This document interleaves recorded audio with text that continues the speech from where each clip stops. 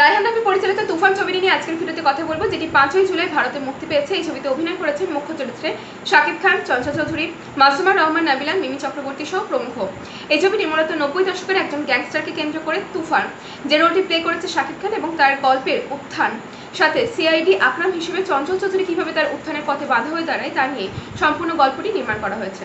ছবিটি ইতিমধ্যে ব্লকবাস্টার তকমা পেয়েছে বাংলাদেশে, এবং যারা ছবিটি দেখে ফেলেছেন তারা অবশ্যই জানেন শাকিব খান এখানে দুটি চরিত্রে অভিনয় করেছেন, একটি শান্ত এবং অপরটি গ্যাংস্টার তুফান, এবং দুটি চরিত্রে তার পারফরমেন্স একেবারেই দেখবার মতো ছিল। একই সাথে পরিচালক রায়হান রাফি যেভাবে প্রেজেন্ট করতে চেয়েছিলেন, যে অ্যাটিটিউড সহকারে শাকিব খানকে তুলে ধরতে চেয়েছিলেন পরবর্তীতে, তা তিনি সক্ষম হয়েছেন। ছবির মধ্যে 4 মিনিটের দীর্ঘ একটি ওয়ান টেক শট রয়েছে, যেটি আলাদা করে বলতে হয়, কারণ বাংলায় মাস কমার্শিয়াল ছবির জন্য এমন একটি ওয়ান টেক শট ধারণ করা বেশ প্রশংসনীয়।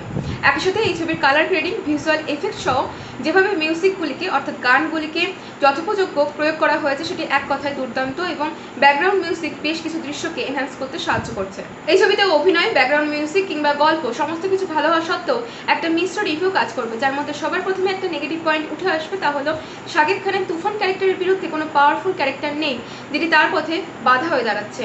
এবং তুফান ক্যারেক্টারটির যে ব্যাকগ্রাউন্ড স্টোরি দেখানো হয়েছে, অর্থাৎ একটি ঘটনা কিভাবে তার জীবন পাল্টে দিল, হুইচ ইজ নট এনাফ মনে হতে পারে। এবং তুফান ক্যারেক্টারটি যেভাবে উত্থান হচ্ছে, তার যে মোটিভটা রয়েছে সেটি এখানে কোনো অংশেই ক্লিয়ার করা হয়নি।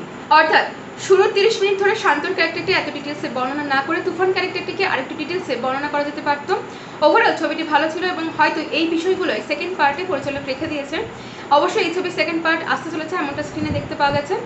এই ছবিটি কপি বা ইন্সপিরেশন এই বিষয়গুলিকে বাদ দিলে যে লুক অ্যান্ড ফিল প্রোভাইড করতে পেরেছে এই বাজেটের মধ্যে, সেটি অবশ্যই বাংলায় মাস কমার্শিয়াল একটি ছবির জন্যই সাফল্যজনক একটি ছবি। ওভারঅল ছবিটি যারা দেখেছেন তাদের কেমন লেগেছে কমেন্টে জানাতে ভুলবেন না, এবং চ্যানেলে নতুন হলে সাবস্ক্রাইব করে রাখবেন।